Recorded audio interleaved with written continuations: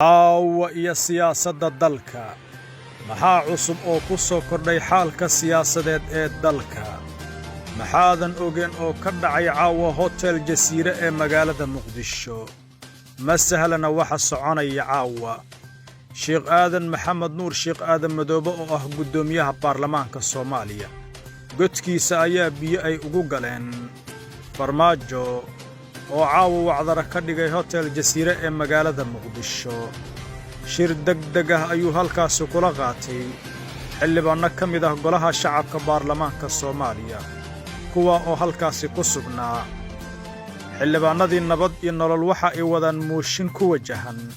gudoomiyaha baarlamaanka Soomaaliya sheekh aadan maxamed nuur sheekh aadan madoobe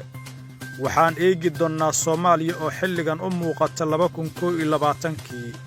markaas oo doorasho la isku haystay ay dalka ka socdeen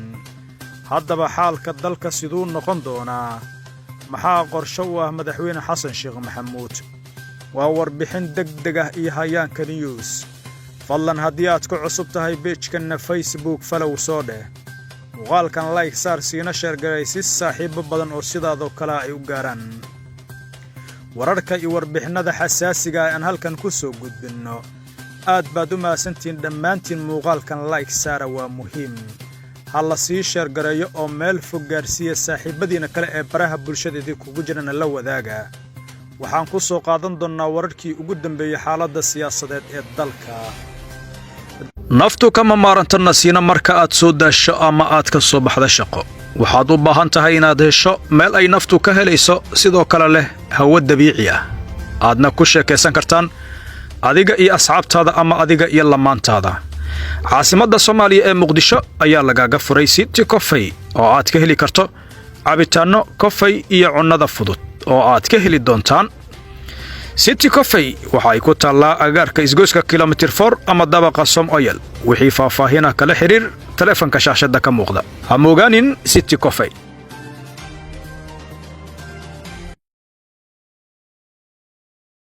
madaxweynihii hore ee Soomaaliya Maxamed Cabdullaahi Farmaajo oo dhawaan si toos ah ugu biiray baarlamaanka Soomaaliya markii loo dhaariyay xubin ka tirsan baarlamaanka Soomaaliya ee aan dhicin ayaa caawa dhoolatus ballaaran waxa uu ku soo bandhigay hotel jasiire ee magaalada caasimadda ee Muqdisho waxa uu halkaas ku shiriyay xildhibaano ka tirsan nabad iyo nolol kuwa oo haatan mooshin ka diyaariyay gudoomiyaha baarlamaanka Soomaaliya sheekh aadan maxamed nuur sheekh aadan madoobe xildhibaanadan waxa ay haatan ku doodayaan in gudoomiyaha baarlamaanka Soomaaliya uu ka wacday wadadii saxda ahayd iyo sidoo kale inuusan ahayn gudoon sax ah oo markaas u dhaxeeya xildhibaanada dhinaca ayaa lagu eedeynayaa in uu jiro waana dhanka iyo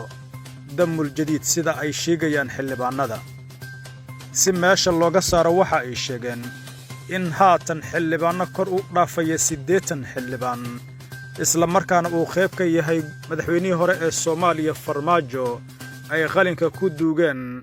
in mooshin laga geeyo gudoomiyaha baarlamaanka maadaama uu noqday shakhsi markaasi aan dhexdhexaad ka ahayn siyaasadaha isdiidan ee dalka ka jira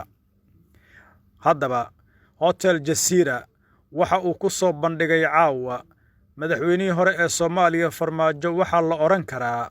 waa dhoolatus ballaaran